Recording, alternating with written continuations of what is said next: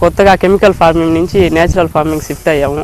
మనమే సొంతంగా మందులు తయారు చేసుకోవాలనే ప్రయత్నంలో చూసాము. ఇక్కడ కషాయాలతో సేంద్రియంగా వ్యవసాయం చేస్తూ కలుపు నివారణ, గ్రోత్ ఫిట్లు అవన్నీ తయారు చేస్తూ గ్రామ్ బజార్ వారు మాకు పరిచయం అయ్యారు.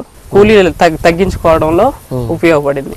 2 సంవత్సరాలుగా చేస్తా ఉన్నా. అంటే నాకు చిన్న వయసు కాబట్టి నేను ఇప్పుడే వ్యవసాయంలో దిగడం ప్రారంభమైంది. ఈ కెమికల్ ఫార్మింగ్ నాకు నచ్చలేదు. వ్యవసాయం అనేది వ్యాపారం కాకూడదు, మన కోసం, మన తిండి కోసం, మన ఆరోగ్యం కోసం, మన ఆహారం కోసం పండించుకోవాలనేసి అటు ప్రయత్నం చేసామన్నమాట. ఇది వచ్చేసి కాలా నమక్ అనేసి గౌతమ్ బుద్ధ రైస్. విత్తనాలు ఎట్లా సేకరించారు మీరు? విత్తనాలు వచ్చేసి సిద్దిపేట నుంచి, హైదరాబాద్ నుంచి తెప్పించుకున్నాం. ఇంతకు ముందు అంతా కెమికల్ ఫార్మింగ్సే. ఇప్పుడు పదులు అవి ఇవి పండిస్తారు, పదులు అవి రకాలు సన్నాలు.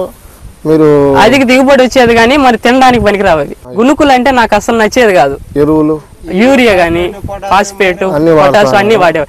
ఈ నేచురల్ ఫార్మింగ్స్ అనేసి కెమికల్స్ ఏమీ లేవు.